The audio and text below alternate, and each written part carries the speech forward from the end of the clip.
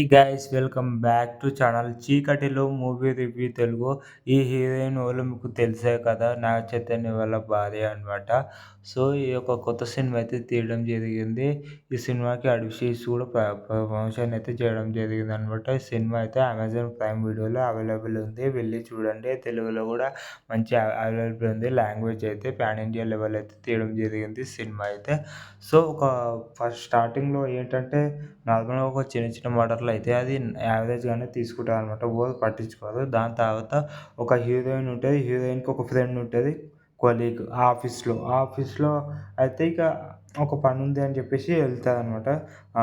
అలాగే హీరోయిన్ కూడా పెళ్లి చూపులకెళ్ళాక ఆమెకి తెలుస్తదనమాట ఒక ట్విస్టు. అదేంటంటే వాళ్ళ ఫ్రెండ్ చనిపోయినట్టు. అండ్ వాళ్ళ బాయ్ ఫ్రెండ్ చనిపోయినట్టుగా చూపిస్తారు.